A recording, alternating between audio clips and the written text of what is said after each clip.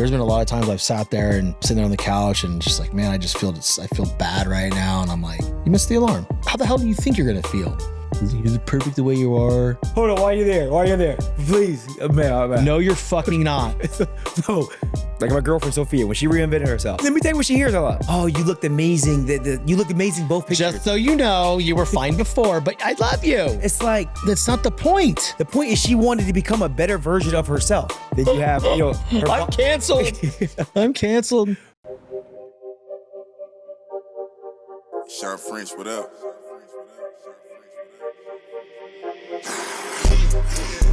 This one luck, I let the pain inspire me. I put my all in everything I'm doing. Up until it's done, I'm me for the entirety. I put in overtime, I be working. Just know I'ma go for mine, cause I earned it. They watching, I know it's time. I confirmed it. A whole society determined What's up, everybody? Welcome back to another episode of The Determined Society. I'm your host, Shawn French. If this is your first time watching or listening, please hit subscribe, follow, all that kind of good stuff. Follow all of our socials too, at The Determined Society on Instagram and The Shawn French on Instagram. That's SHAWN, by the way. Today I have with me an amazing guest, my boy Travis Wallace. I was introduced to him by our mutual friend, Michael Little. We're doing an event together, which we will talk about, but he is a reinvention specialist. He's a total badass. I absolutely love him. Travis, man, welcome to the show. Appreciate you having me. Appreciate it, dude. It's crazy, man. We were connected. I'm like, man, I dig this guy, but I didn't realize you were in Miami. I started watching your, I'm like, who is this? Okay, I started watching everything you're doing on Instagram, all this kind of shit. I'm like, there's a lot of beaches. Okay, those are not California beaches. I'm like, dude, where are you located? Miami, and then I'm in Fort Myers, Naples, and now we're sitting here in person, man. Power of connection, dude. Appreciate you. Appreciate you having me. As soon as you messaged me, I said, oh, it's a no-brainer. Yeah, it's a no-brainer. It's funny because like we talked about early on about, good connections, right? And I think it's something that, and we were talking about off air just now, and I want to bring it to the audience right away, is there's no small moments. Everything is big. Every introduction, every conversation, every relationship can potentially be that one, right? So how do you think about that on an everyday basis? Because for me, it's natural, right? How do you go through that? So I actually live by a saying, a lot of people do, but it's brick by brick. And I think that is extremely powerful because it always reminds you there's not one brick that's more important than the other, So obviously you got to lay the foundation, but I think a lot of times people look at the big picture of things. If you look at the big picture of anything, you're going to get lost. I've been coached to think don't worry about how you're going to do it. Who can help you do something? And when you start to focus on the who can help me, who can teach me, the answers will be there. So there's no small, they're all big wins. They seem small, but they're all big because it's literally taking to where you're trying to get to. Dude, I went to this local event yesterday. Friend John Huffman put it on. And at the beginning he said, don't think about what you need. Think about who you need. Powerful. And dude, it's funny because when you're in the grind of building or reinventing your body, reinventing your financials or your career, or just really building a brand of something like this, I tend to look at that big mountaintop, and it's like, holy shit, look at that big mountain. That's Mount Kilimanjaro. How the fuck am I going to get up that thing? But the point is, right? You take that brick and you lay it. Then you lay another one, and then you focus on the systems and the processes. And so, but God dang, dude, I want you to, first of all, audience, my apologies. Let me back up. I want you to, give the audience a little bit of background on you, who you are, what you are doing, and what you're an expert at. So I'm a former Division I athlete at the University of North Florida, played basketball there, then played pro. And I'm going to take you a little bit through the story because of my background of why I'm so passionate about helping people reinvent themselves. So first, at the age of 6, before we even get into when I was in college, my father was served a life sentence in prison. All right. So at the age of 6, I was automatically forced to have to reinvent myself. Obviously didn't understand what that was. I'm 6 years old. Your father's just taken away from you. I never forget the day where my mom sits me down. I speak about this in my book. My mom sits me down and where the Franklin Park Zoo in Boston, Massachusetts. And she whispers in my ear, hey, your dad, he got some trouble. He's going to be going away for a while. So good thing for him in Massachusetts, life sentence is 15 years. I'm not saying that's good, but it's better than sitting there forever. So, but I remember her telling me my whole world just completely turned upside down. Like I'm 6 years old at that time. When you're 6, your dad is Superman, you know, and hopefully people still feel that way about their father. But like that was my Superman. Like that's the dad who's driving without his hands, but he's driving with his knees, and you're too young to realize that. Like that's who he was. So he went away and realized, you know, I'm growing up without a father, you know, and I'm seeing my friends and they're playing basketball, playing football. Their parents are at the game. My mom's only there. Sometimes she has a 9 to 5, so she may not be able to make the game. So I was that kid. So that was like my first time of understanding, like you had to become somebody new. Obviously, I didn't understand what reinvention was. By the age of 22, my whole life has been basketball. High school, basketball star, go to Division I, play University of North Florida, go play pro in Finland and Slovakia. All of a sudden, I'm like, I can't do this forever, man. Like, I'm not making life-changing money. I live in Slovakia. Like, it's nothing, you know, it's not out there. Like, come on now, let's be real. You know, so I'm not throwing shade, but like, what's it like? Like, it's a third world, it's a legit. I'm out here. Finland was nice. not bad. Slovakia, Finland's because, you know, the Western, but you get to Eastern Europe, you playing with fire. So when I got there, I'm like, all right, I'm not trying to be soft, but I can't live out here. Like, this is like, you know, so end up coming back home. And when I came back home, I had to get a job. I live with my mom. I had to get a job. So now I'm at Home Depot, at the local Home Depot of where I went to high school at. So now I'm at the Home Depot and I have a hood on the entire time. Yo, that's Travis Wallace. Like, dog, aren't you in Europe playing? Aren't you? I'm dealing with that. I got an apron on. I got the hoodie on so people don't see my face. Mm-hmm. So I had to build myself back up. You know, I had to build myself back up and understanding, you know, like, who am I? I had to create a whole new identity. Like, I don't even know who I am. I mean, you're a former athlete, so you understand. Hit it, dude. It's nothing to play with. Like, I think I drove a tow truck, bro. People understand. You think Shit. MLB is? I'm going to the MLB. Nobody can tell me. Tell me what do you mean? What if it doesn't happen? What are you talking about? You talking about? Then I found myself. I'm driving a tow truck, Yeah. and I don't know how to do this shit. Oh man. But I mean, and to your point, dude. Like, I can imagine, because like when you're talking about that, I'm like, oh man, You already know. he's sitting there in his hometown, working at Home Depot, and you're getting these people, dude. Aren't you fucking professional basketball player? You're like, no, I'm an employee at Home Depot. We're Home Depot. And that's the reality of it, right? And, you know, I was lucky enough to where, you know, when I did my stint as a tow truck driver, it was here in Florida. I grew up in Cali. So anyway, I don't want to interrupt. No, you're good. But like, but that's the point, right? Like, that's the fucking moment. Like, we all are forced to do things sometimes that we don't want to do. So yeah, so, you know, life forced that upon me, and I'm like, all right, I'm at Home Depot trying to figure it out. Like I said, mind blowing. Third one I'm gonna speak on, and I also speak on this in my book. At 30, I got married. I got married at 30 years old. Okay. I had an annulment in 2 weeks. 2 weeks. 2 weeks. The annulment was already in there. We'll give it a month, but it got finalized in a month. But it was like about 2, 3, it was over. It was done, huh? And what happened was, I got married for the wrong reasons.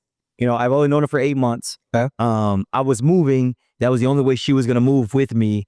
Do religion, things like that. So I was like, you know what? I'm gonna marry her. You know, hopefully, you know, throughout the time of, you know, the marriage, I will start to feel a certain way. So now imagine people fly down to your wedding, family, come on, man. Dude, I'm sorry, kid. I love you. Come on. I'm fucking laughing right now. Like, eventually, maybe I'll like this chick, oh? Like, but when we're young, we do shit like that. So, and this is the thing, 33. This is 3 years. This is about 3 years ago. So, Okay. My thing is, you go through that situation where, you know, you call, like, I can't do this. This is not what I didn't know what I was doing. Like, people flew to your wedding. People do it. You're embarrassed. People calling your phone like, yo, man, how was it a month in? So now I'm like, all right, who am I?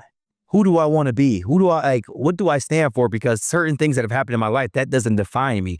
These are things that happen. So as I get into why I'm so passionate about that and why I help people reinvent themselves, because I've been there, and I've been there. So that's why I'm extremely passionate about it, like helping people and letting them see, like, who you are now. That's not who you are. You are who you will become. Dude, this is one of my favorite conversations, and it's no shock that we're actually going down this road, because I think reinvention, and you've mentioned your book, you have a book coming out. So I want to give you the opportunity to talk about that, because the word reinvention, I think, used in the right way and in the context that you are, is super powerful, right? We are dealing with who we are at the current moment is a list of beliefs that we have chose to subscribe to, right? And I think in everybody's life, I know this is true for me, that I'm on Mount Kilimanjaro in some areas and I'm at the fucking base level in other areas. And it's hard. And the hard part is trying to reinvent the person at base camp to reach the guy at the top of the mountain, right? So how, in your book, do you go through how to get different aspects of life on the same level? For sure. So when I speak on reinvention, so we call it the formula. I have the formula to reinvent people in 100 days. And how we explain the formula, it's a battle between reinvention and stagnation. So that person at the bottom is probably experiencing some type of stagnation, like they just won't move, you know? And then you have a person who's at the top of in your life where they've constantly reinvented themselves to get to the top.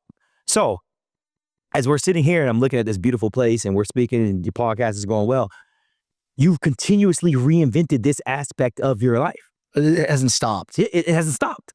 But as we all have, there's some place in our life where we're like, that place is extremely stagnant. Yeah. That is stagnant. And what I do is I help people understand, like, there's a whole cycle. And you know, when I speak on the reinvention cycle, we always start with rewire. You have to rewire your thoughts. You have to rewire, like, how you feel about yourself, how you look about yourself before you do anything. All right. So as soon as they finish rewiring yourself, we have to recommit. Now you have to recommit to the promise. The promise that you made to yourself, we have to recommit to whatever that is. And we actually go through the reinvention process. That is the actual getting your hands dirty of whatever you're trying to do. So, hey, you tell yourself, hey, I want to start a going to be one. I'm at the best podcast out there. You're telling yourself that. You rewire yourself. You recommit. Now you recommit to the promise. You doing the things that you know you need to do. Reinvent is actually making it come to life. And the last cycle of the reinvention cycle is the repeat. Now, the beauty of repeat is you go back to rewire. You challenge everything you've learned, everything that you've went through in terms of to reinvent yourself. So it's a continuously cycle. But the thing about the cycle is when you go back to the top to rewire, you're not just doing the same things over again. So when you go through this cycle with the podcast, you can't start from, hey, let's do it all over again. What can I be better at? What can I do to help this grow? You're not just being stagnant. In the stagnation cycle, I'll go through that really, really quick. It's first it starts with satisfaction. People become satisfied. Oh, life's great. Life can't be better. This is it. All right. Then you enter a standstill where you don't move. Now you're stuck in mud. I like to call it paralysis prison. Yeah. Where, you know, if you ever had sleep paralysis, you can't move. You're up and you can't move. Yeah. That's like standstill. Standstill is like you just won't move. And then you go into suffer. Now you're dealing with whatever pain you're dealing with. And then that sequence, the last sequence. And how this all started, to kind of rewind it back a little bit, is the fact that I've got to work with professional athletes, NBA champions, Olympians, Hall of Famers for the last 10 years of my life. This is how they are. This is why they separate themselves. They constantly reinvent themselves. The money don't matter. The car don't matter. The house don't matter. None of that stuff matters. So me having that, you know, unique background and experiences, I try to implement that into people. Like, the materialistic things aren't going to do it. I've seen people who are one of my $30 million a year playing the game he loves, still trying to get better. So if I can, you know, deliver that to people in their own life to get them, you know, out of stagnation and just stop accepting, you know, what their life has become, like, you have so much more that you could be. It's crazy. Like, I think stagnation comes from the fear of things not working. Mm-hmm. You know what I'm saying? Sure. Right? It's like, well, why would I go do that? Because what if it doesn't work? What if I just end up right back here? And then that fear sets in. What have you seen as the kind of root cause of stagnation, other than, you know, being satisfied, you know? I think the biggest thing is belief, man. Like, it's, people don't believe in themselves. They don't believe they can do much. Yeah. You know, they don't, it's just, it's a scary place to be. And it's like, if you never, like you said, they're scared they're going to fail, whatever it may be. It's like, well, how are you supposed to succeed? People have to understand, in order to succeed at something, there has to be a risk of failure. It's impossible. So a lot of people want something where it's just 100% success. Well, I mean, that's going to be times. What the fuck is that? That's going to be put on your t-shirt. That's going to be stuff that, like, doesn't require much of a, Put it on my t-shirt. but and I still some failure. And you say it in. So I think my biggest thing that I deal with is like I said, getting people from being stagnant, getting them to move, maybe even helping them realize like they're stagnant. And one thing that I deal with, and I'm pretty sure you can have some, you know, some say in this in terms of your life, but I can have people contact me and say, hey, I want to reinvent myself. Like, I've seen all this stuff you're doing. I want to do it. Not pull the trigger. And then 6 months later, there's still the same problem you told me you had. I can look at it and you still have the problem. So it's just like, how do you get people to move and how do you get people to understand like you are stagnant in that area that you ask for help, but I don't know if I see these pictures, I don't know if I can do it. Oh, you can do it. I don't think they're willing to do what it takes, right? I think that's where I get stuck. Like, I mean, dude, you know, you could look at pictures of me a year ago to now, and you can say like, okay, you're not doing the consistent audits for your meals that you did a year ago. So I think there's a choice of like, and people going, well, you know what? In this season of my life, I'm just truly not committed. And it's sad and it bothers me personally every day, right? And again, like the audience listening and watching, like I'm always real on the show and I always talk about my struggles because I think what is most annoying for everybody is when people that have podcasts or have big brands, they act like they don't have any problems and like everything's great, making all this money, you know, lovely, lovely, lovely. And that's not the way life is. We all struggle with shit. And my whole life, I've always struggled with that fluctuation of weight, right? And I know as soon as I stop subscribing to that low ass temperature and crank it up and become that person, everything else in my life will even soar even more because that's the only thing holding me back in my life. 100% agree. Dude, that's the only thing. And I know that. And I just think some people, whether it's they're not willing to do the work or they might look at the price tag like, fuck, I'm not worth that. I can't do that. And that's the scariest thing to me. You are like, what you're telling somebody, if you know you need help with something, you know, look, and the thing about reinvent yourself physically, yes, a lot of stuff happened mentally, but when you release yourself from being, you know, having confidence, like you go and gain confidence, the world opens up. Yeah. The world, you know how many people won't get in front of a camera and they have a business, but they won't get in front of the camera. The problem is, it's not that you don't want to get in front of the camera. You won't take care of the thing that you know you really need to take care of. Yeah. Because you're trying to get around everything around there and you can never get to the center. Where it's like, that's why I've helped people. Like, I don't care what you do. If we can get you to fall back in love with yourself and have self-love, the floodgates open up. Okay, so for the people listening, like that's a big thing right there, is being able to fall back in love with yourself. For some people have never been in love with themselves. And I think that, you know, there's always been a negative connotation in this world about, man, you love yourself too much, you're conceited, this and that. But I think there's a healthy aspect of loving yourself for those that have either never loved themselves, like you're talking about, or that need to fall back in love with themselves. What are some of the strategies that you could share with on the show? I mean, there's a million of those if you're getting people to fall in love back in themselves. But I mean, I think that's why, like, for me, it's like the first step you can do is, it doesn't have to be with me, like just doing something for yourself, invest in yourself. There's so many people who wake up, go to work, produce everything for something else and come home and leave themselves with nothing, you know? So I'm just like, let's just start by doing something for you.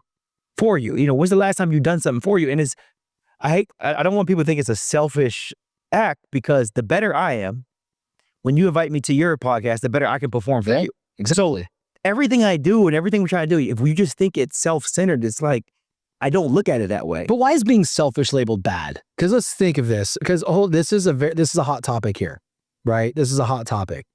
I have 3 beautiful children and I have a beautiful wife. Okay. If I'm not the best version of myself, which I'm not right now, they're getting a lot from me and everything in our house is just fine. But don't they deserve more? And the only way they can get more is if I demand more of myself and I'm more selfish with my time. And it could be from the hours of 3:30 a.m. to 6 before they're even awake. But I'm being selfish at that point, right? And selfish, it's a nasty word, but if you break it down, it's selfish. You're about yourself in this particular moment. What are your thoughts on that word, man? Because I just don't think it's a bad thing. So when people enter my program, it's funny you say that. In 100 days, you have to be selfish. It's the only way you're going to succeed. You have to give me 100 days of you being selfish. Now, what does that mean? I'm not going to party with you. I'm not going to drink. I'm not going to do things that I know are going to, you know, be a detriment to me as I'm trying to rebuild or reinvent myself. Yeah. So you have to be selfish. You know, you have to have those moments where you're like, for this 100 days, and hopefully it lasts longer than that, but just doing my program, you have to be selfish so you can help other people. If you never help yourself, you can't help people. And I think that's the the message that people kind of forget sometimes. It's like a lot of my clients throughout the program, they're like, I've lost friends. I've lost this. They just don't understand what I'm trying to do. Like, you know, they want me to party, they want me to drink all the time. It's just like, you know, you have to pick a side when you're trying to, when you try to reinvent yourself. Is that typically the one thing, is the drinking and the partying? It's your friends. Friends is the number one. It's the number. And after, I'm so glad I'm not in that world anymore, dude. And after, that's not it for me. And after they're done, they transform their body, they transform their mind. They start to look at their friends differently or their friends differently. And I say, you know what's funny? Those were your friends, which means that's how you thought. Mm-hmm. That's how you were. So don't just start, you know, all these, you was one of them. Yeah, don't judge. You was one of them. You just went through a process. You invested in yourself. You had somebody coach you and help you reinvent yourself, but you have to understand where they're at because you were once there. And same thing goes for me. You know what I'm saying? I was once at certain places. Like when I started, I've been in different places. Yeah. But I'm not going to look back at those people like that was with, like, oh, you don't know. I just did the work to build myself up. It's funny because I think when people choose to not drink and go out and party and eat clean and not go out to eat, there is that judgment from society. And it's like, you know, I talked about this on my last show with Levi Kelly. It's like, why is it that the people doing the right things and doing the right shit are being labeled as the tryhards, right? And getting a black eye, so to speak, amongst leaders in their company or even coaches? Because sometimes coaches can get turned off by somebody who works hard. It's like, wait a second, aren't I your model player? Like I'm, you know, when I'm not at the field, I'm hiking or working out or doing something. I just feel that, you know, that's always going to be a point of contention for some people. And I'm just so grateful that there was a time, probably 2020 through 2022, I was very focused in on all that, right? Very focused in on, you know, barely any cheat meals, no drinking. And I really don't drink now. Like if I go to a wedding, like I'll have some beers.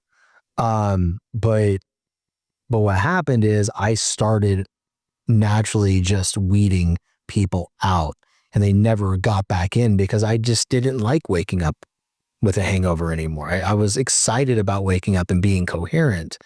For me, what's crazy is that's not what trips me up. It's how I feel. My life is just busy, busy, busy. It's like, okay, oh shit, if I don't eat now, okay, I didn't prepare. Now I got to go eat something bad because I need something convenient because I have to fill myself the rest of the day because I'm not going to do this. And then there's gymnastics and there's soccer, then there's baseball. That's where I get tripped up. I get tripped up on the daddy duties, right? You ever deal with married couples that in the mom or the dad has issues scheduling their time? Because a lot of the listeners, like this is why I ask these questions, right? Because a lot of my listeners are like me. Like, okay, how can I make my day more organized so I can actually put myself first and get some fucking results that last? And we actually, you know, in our program, we have people who are just it's not really the marriage, it's more of just have a newborn. So that's, and we've done that's some wild time. That's some wild, sure, because you're dealing with somebody who's mentally just went through, you know, a pregnancy. The dad, right? No, I'm not fucking with him. But the minute we went through the pregnancy, then you have, you know, I'm canceled. Her body's changing. Yeah. So it's just kind of, you know, helping them, you know, understand that, like, one, it's just going to be a slow process for them. But I think a lot of times where, you know, use your words wisely, but like women never recover, you know, and we're trying to build those habits back in before it's, you know, quote unquote too late. Because a lot of people, you know, have kids and then everything just goes to be about them. And then they lose themselves and they have as a mom. And it's just like, you still want to be an example for your daughter or your son or whatever it may be. So that you want them to see you striving to, regardless if it's a 20-minute workout. It's like, yo, my mom's always working out. And they grow up and they see those things, you know? So, I mean, it's difficult, but before I lose train of thought, you said something that was really important. And when we reinvent people, I don't tell people don't drink. I don't say any of that stuff. I don't say don't smoke. That's not how I run my program. I treat you like an adult. But in order for you to do what I'm going to ask you to do, things have to get weeded out, like you said. So you can drink.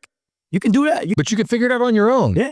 Right? Yeah. And all of a sudden, it's like, Trap, you know, I realized that I told you because you want this and your actions and your habits are this way. Mm-hmm. And now all of a sudden, the more you climb to, your reinvention in 100 days, you realize I can't go that way. It's going to make it too difficult for me.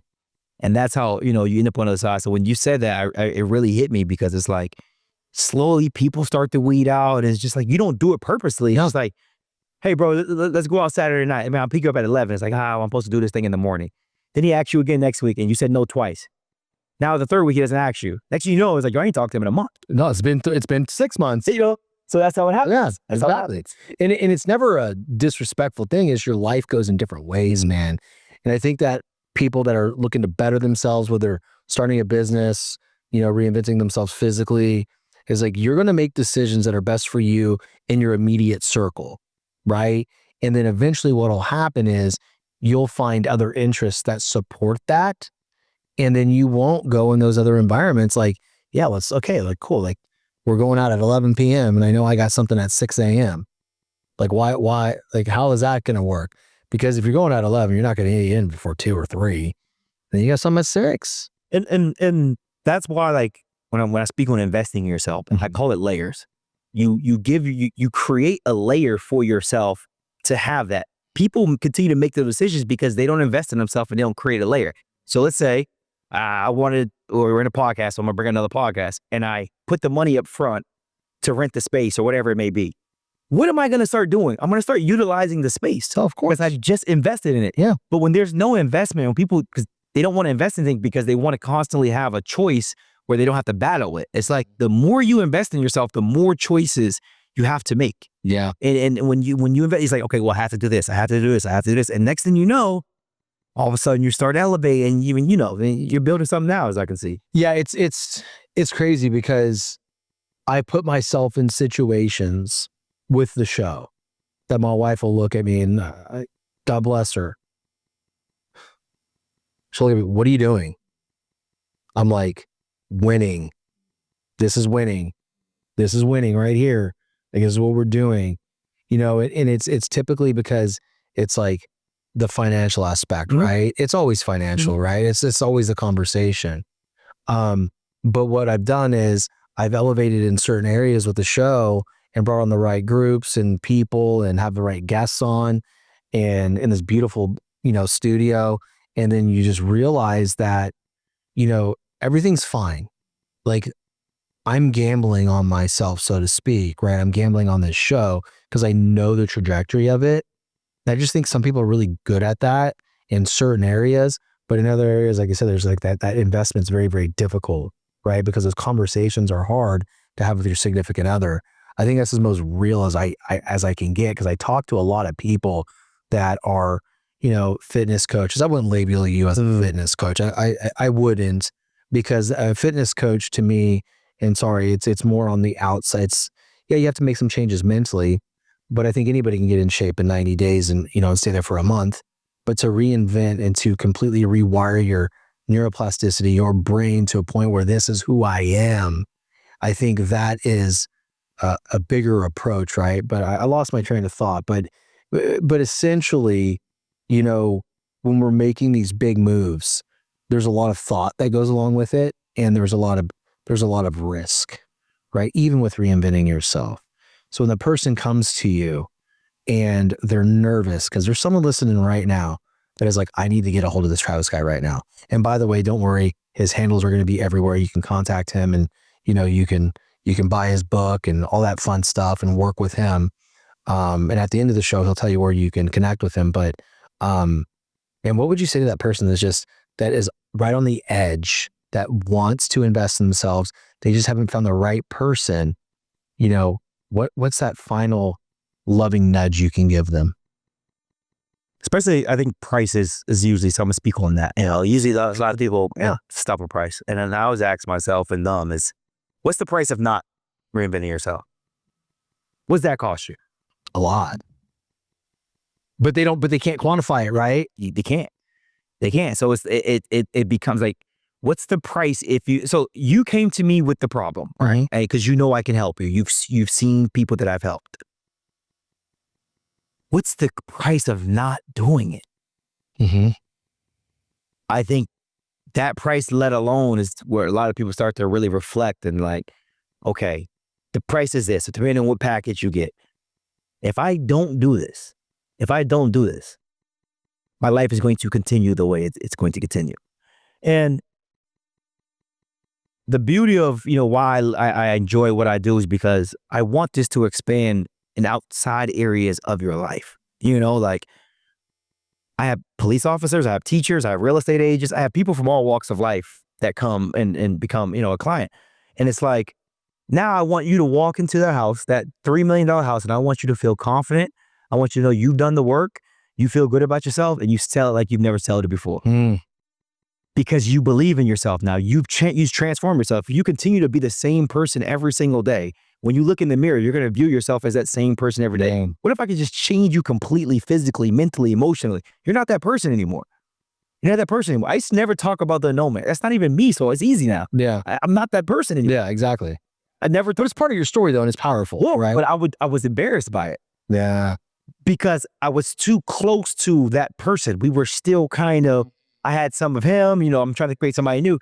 Now that entire person is gone, it's easy for me to speak on and be confident about it because that's not me anymore. And I think that's the missing piece for a lot of people is that they don't understand when you create a new you, the things that used to bother you or happen in the past, it doesn't mean as much just because I'm not that person. And I think physically is the best way to do it. So you can see it. I don't look the same. Yeah. And it shows you that there's different underlying habits. There's different processes in place, right? And I think what you're talking about as far as, you're not that person anymore.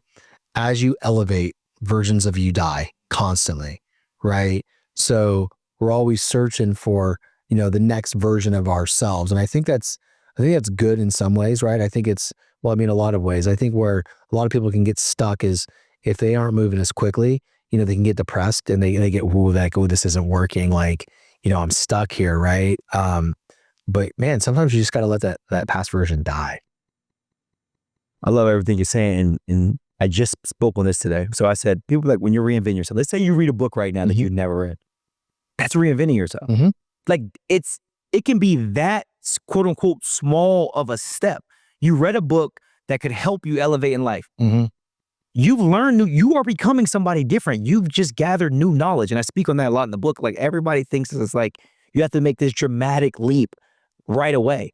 Hey, I'm gonna start reading. I'm gonna start meditating. I'm gonna start, I drink Monday through Friday, Monday through Sunday. I'm gonna go just Saturday night. That is reinventing yourself. I didn't eat chocolate last night. Hey, there you go. And I'm not making fun of it. That damn Halloween candy's in my house. Come on, man. And I didn't have one last night. I didn't have any last night. I had 3 good meals today. You're like, so I think it's about stacking habits, right? We talk about like, even James Clear, atomic habits. That's really what everybody needs to do. But a lot of times, and I spoke about this on the last show, it's like everybody sees Goggins. I see everybody sees him. Let me go be that motherfucker. Like, do not go and try to be David Goggins. There's one motherfucking David Goggins. That is David Goggins. For sure. Stack your habits. Find a system. Employ a coach. Someone who's going to help you along the lines, whether it's business, certified financial planning. Find people that can help you get you in a better position by making small tweaks. Those compound. But people don't see the value in the small things. And that is one of the things that we talk about off air is small things are big things. And like I said, going back to my background working with athletes, is like when you get to the NBA level, they have a chef, they have a financial planner, they have a strength coach, they have coaches, they have all these things surrounding them. So when the lights come on, the bright lights on, you see that person, right? There's 10 to 15 people as a physical therapist that we're surrounded. So that I have that background. I was one of those 10 to 15 people. I'm like, the most successful people are employing other people to hold them accountable. So when we land somewhere and it's 8 p.m. and the guy training doesn't feel like lifting weights, I'm like, y'all just brought this dude with me to Marbella, Spain. You're going to do it. Yeah. Now all of a sudden, you keep doing those over and over again. The season's ready. You're ready. You didn't take those days off that you wanted to. That's what it's about. It's about creating your own environment. So I just want to be a small piece to somebody's success. Exactly. Small. I just want to hold you accountable. I just want to show you how people do make these changes. And I think that that's the biggest thing I learned. Everybody around them has a team. Yeah, exactly. And I think and it's so funny because I want to address this right away while the audience is still stewing in this, because they're listening right now. I'm like, okay, here's my out. I'm not an NBA player. I can't afford a chef. I can't afford all this support, but you can afford small things. And just like Travis said, listening to the show right now is reinventing yourself. Reading a book is reinventing yourself. Going for that morning walk. We're talking about small things, and these small things of accountability and people holding you accountable doesn't have to be people you pay a ton of money to. It could be that friend that you trust. It could be even the boss that you're butting heads with because, hey, you know what? I know I realize we've been butting heads lately, and I think it's because you're really upset with my production. You know what? You're right. I suck. Can you help me? Can you coach me? Can you teach me how to be better? Because I don't want to let you down. That's reinventing yourself. That's also dropping ego. That's my fourth non-negotiable. See? So I love your non-negotiables every day. Every morning, man. Win the alarm in the morning. Don't press snooze. That's the first thing that's gonna happen to you. So I feel like if my alarm goes off and I press snooze, I just lied to myself. That's the first thing I just did was lie to I made a promise to myself the night before. At 4:45, this alarm's going off. Snooze, I'm not doing it. All right, so now I'm waking up like, I don't want that. Yeah. All right, so I'm gonna win the meal. Every meal I eat is a reason I'm eating it. I know what I'm putting in my body. It makes me feel a certain way. And this is how my clients, I teach them what food is actually doing for them. Then we win the workout. Big one. Everybody thinks winning the workout is David Goggins. No, you don't have to train. When your workout could be on the beach, just walking. That's a workout. Meditating. That's a workout. When the workout doesn't mean, I go to the gym 6 days a week. Every client doesn't go 6 days a week. Hey, how can we make this win for you? All right. So win the workout. 4, like you just said, my fourth non-negotiable is I got to remove the ego. I got to remove my ego every single day. Every day, like if I want to do something, and why am I doing it? Am I doing this for me? Am I doing this for people?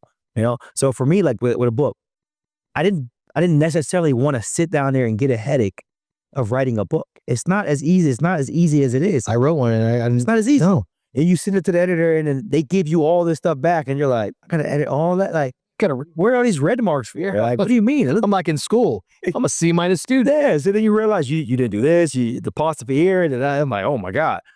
And the fifth one is win the decision to allow me to be my best version. But the funny thing about number 5 is if I do number 1, I win the alarm, I win my meals, if I win the workout, if I remove my ego, I pretty much put myself in a position to be my best version. Sure. A good day, bad day, I gave myself a chance to feel good about myself. And so when you speak on ego, I think, especially as men, man, it's difficult to remove it. It's difficult to remove it. But once you remove it, the floodgates open up. Absolutely. I think we got to be open to constructive criticism, open to people telling us what they see, but then also open to ourselves to receive what we're actually thinking about our own self. There's been a lot of times I've sat there and, I'm sitting on the couch and just like, man, I feel bad right now. And I'm like, I'm feeling in some type of way. I'm like, well, what have you done today? You did miss the alarm. Mm-hmm. You missed the alarm. Like, how the hell do you think you're going to feel? But I don't think people are open to receiving that message from themselves. And they need to be. They really, truly need to be. Because that is not you being hard. And the whole, you're perfect the way you are. Oh, hold on. Why are you there? Why are you there? Please. Man, no, you're fucking not. Let me tell you what we get the most, man. You're hilarious. I know. I should be a stand-up comedy here. When people sit down comedy, people reinvent themselves. Yeah. Like my girlfriend Sophia, when she reinvented herself, her transformation was amazing. Let me tell you what she hears a lot. You were so beautiful. You were beautiful both ways. It's like, guys, you're missing the point. That's not the point. The point is she wanted to become a better version of herself. Oh, you looked amazing. You looked amazing both pictures. Just so you know, you were fine before, but I love you. It's like, but how about this? But what if she wasn't? Yeah. The way you perceived her and viewed her, yes, you are fine. What if the person that matters has to walk around that person? It's not always about the way they look, their habits, what they're doing internally, the way they're thinking. Like, That's why the reinvention happened. That's how it happens. Stop looking at a picture side by side and just saying, oh, you're beautiful. No. My brain is completely different from that person. My habits are completely different. Yeah, I think it's important. I want to clarify. I think everybody should have some love for themselves, right? Because if you don't love yourself, then you can't get better. And yes, if you are a certain way and you're happy at that point and you have mental clarity and you accept yourself and you love yourself where you're at, then yes, you are perfect in that moment. But there is nothing wrong with improving yourself. Zero. And if you ever have a thought that I could be better, then you can. Then you should. And it doesn't matter what other people say. There's a lot of people in my life right now that say, no, you look great. No, I don't. No, I don't. This is bad. It's bad for me. It's bad for me. And I don't expect anybody else to understand it. But I'm very open with it, right? I'm very open with my thoughts. And I think that's why, the show's done well, is because they're not listening to somebody on the other end of the microphone telling them the way life should be and I'm perfect. But I have also had it weaponized against me too.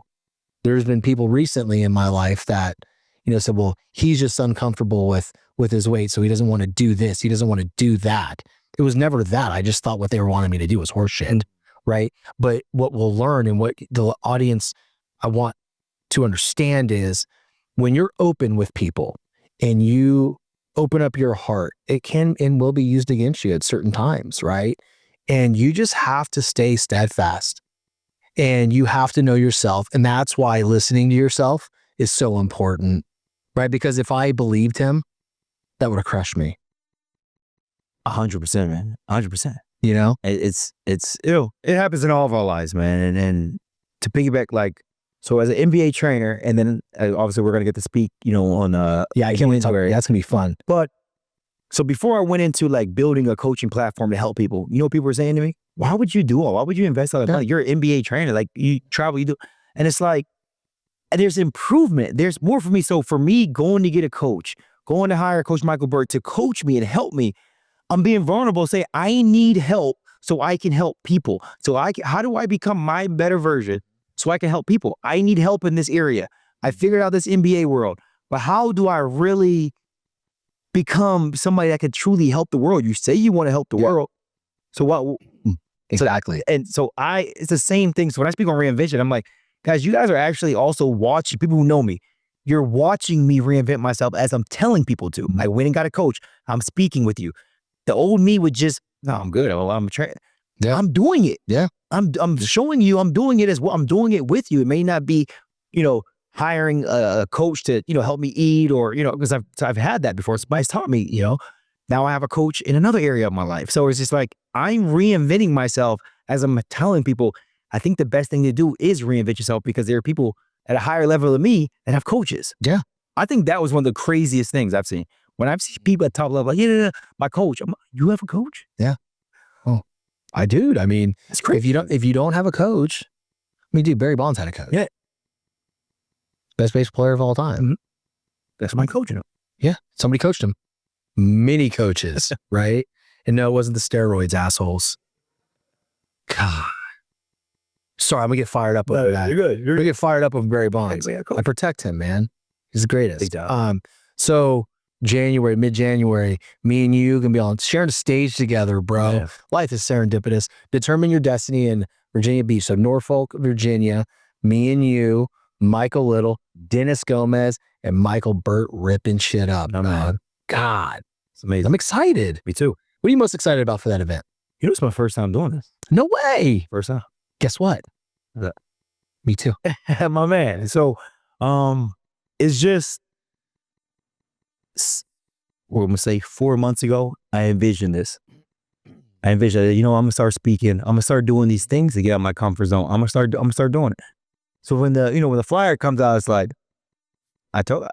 went to go reinvent myself. I went to go get the help. I went to go surround myself with my environment of people who are in this field. I remember the first time when I went to Coach Michael Burt's, I went to a boot camp.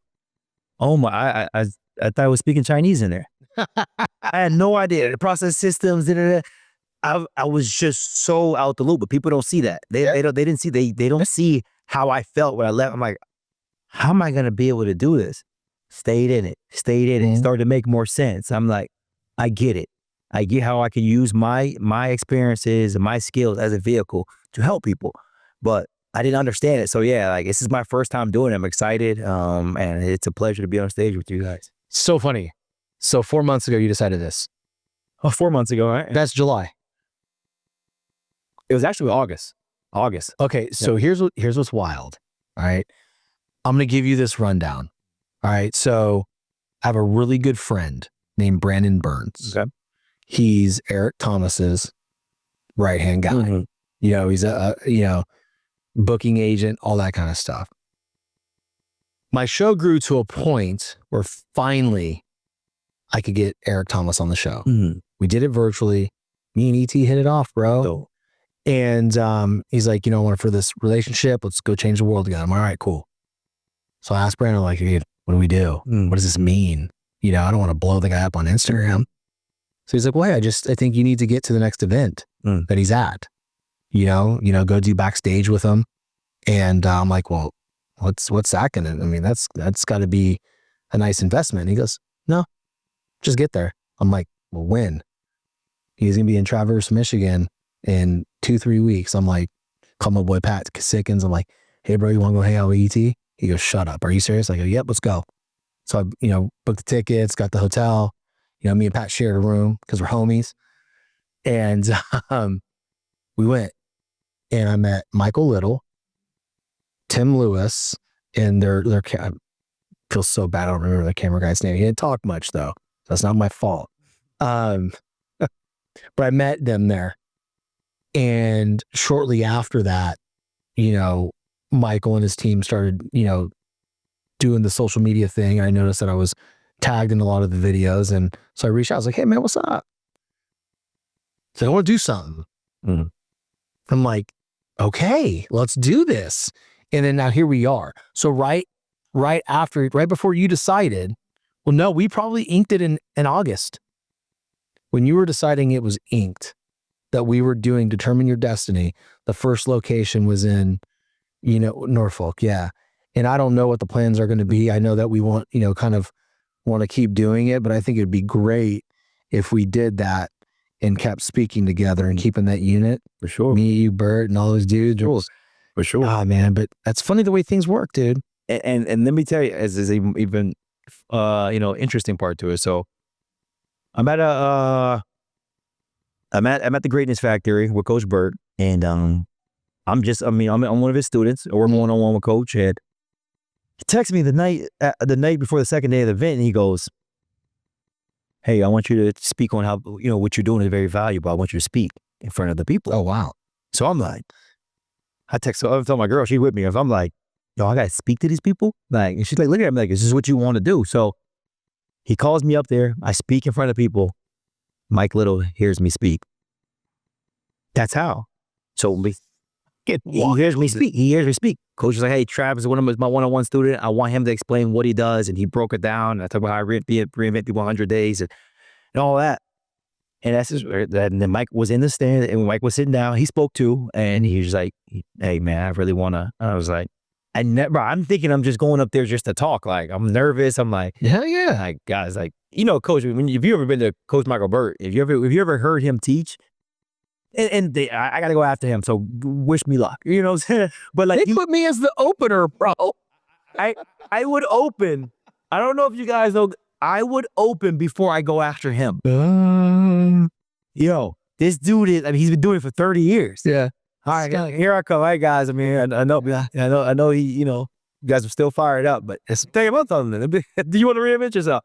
So it's just like, forget what that dude said is my turn. Exactly. So, but the more is like he taught, I hope he's teaching all these people, and I'm usually, we're the youngest people in the crowd. I just turned 33, and it's like I'm speaking to people who've built $1 million businesses, and they're trying to take it to another level. So it's just like, but more of the story is Mike was there, and that's how. That's wild, bro. Yeah.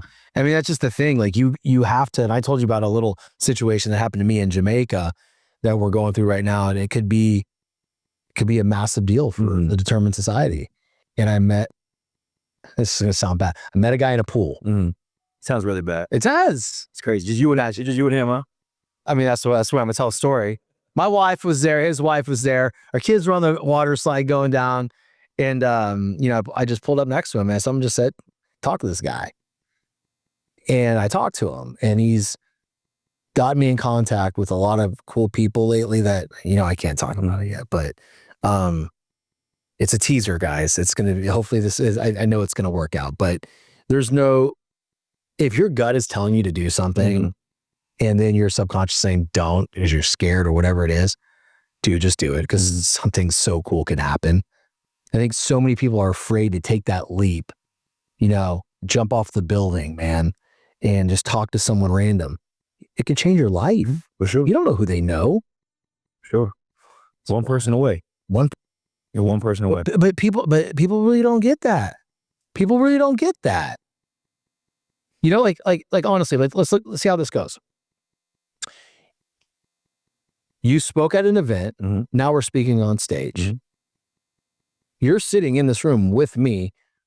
We're going to be more lethal there now because we connected here.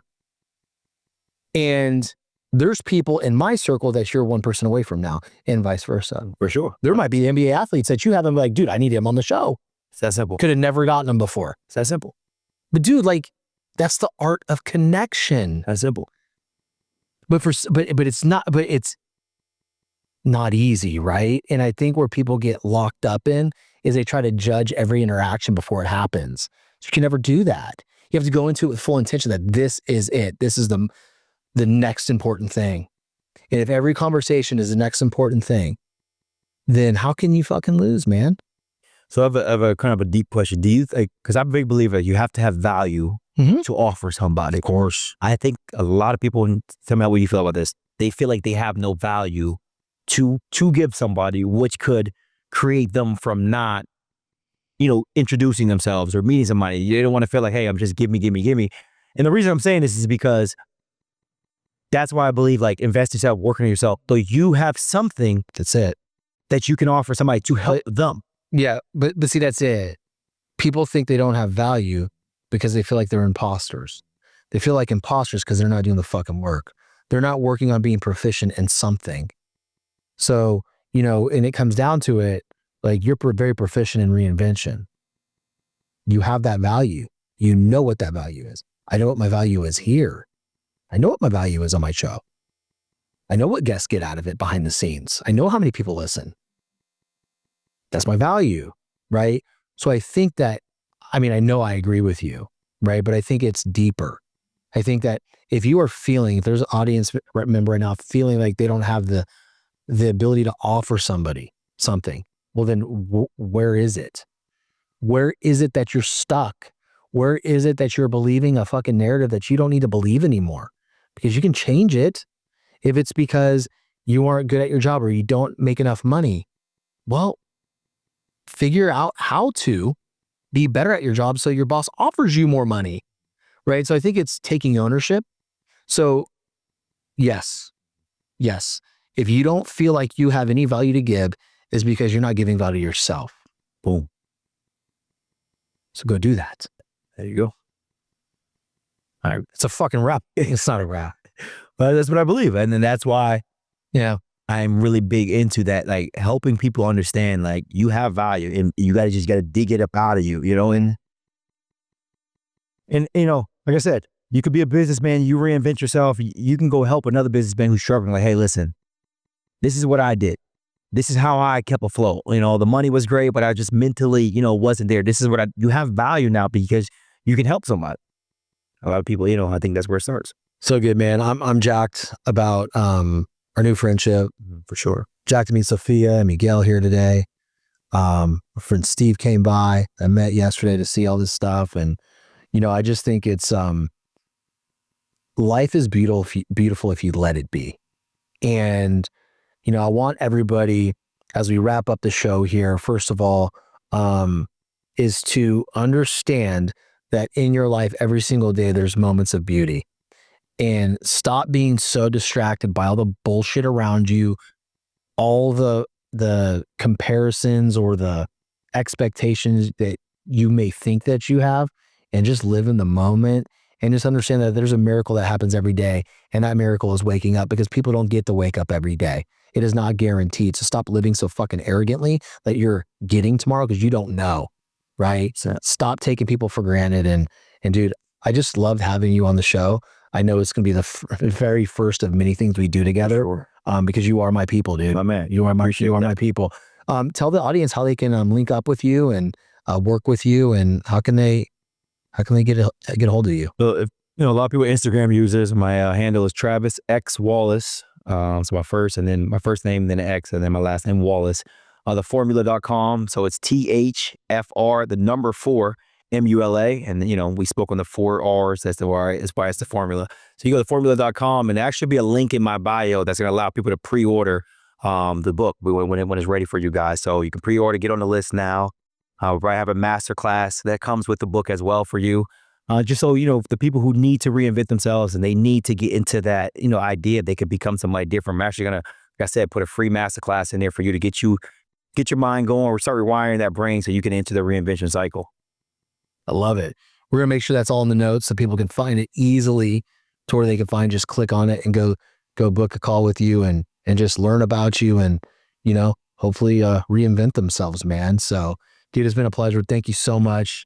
And guys, again, Travis is sitting here and I'm sitting here with Travis because the art of connection. Every day in your life, find people you can connect with. I've heard it in multiple places from Travis today and my friend John Huffman yesterday. Stop thinking about what you need and think about who you need to help you to get there. And that is when you will find the what. But until you find the who, you ain't going to go anywhere very far or very quickly at all. So again, thank you guys so much for listening. Don't forget to subscribe. Leave a rating, damn it. Don't make me beg you for ratings. I want to know what you guys are thinking. I appreciate you guys. Love you. Take care. So I've tried a lot of protein. What I've always found is all the flavors, you can taste artificial flavoring in them. With raw, it's exactly that. I don't taste that. It's a clean protein source. Tastes great, and I'm not putting a lot of things in my body that aren't good for you. The biggest thing that I will say that I love about raw nutrition and Bum Energy is they're all natural ingredients and they're third-party tested. So what that means is an actual lab test is to make sure what's in the product is actually what is stated on the label.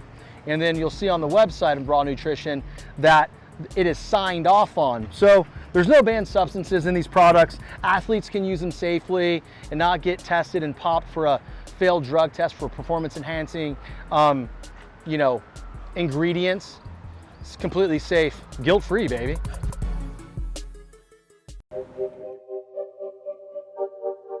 Shawn French, what up?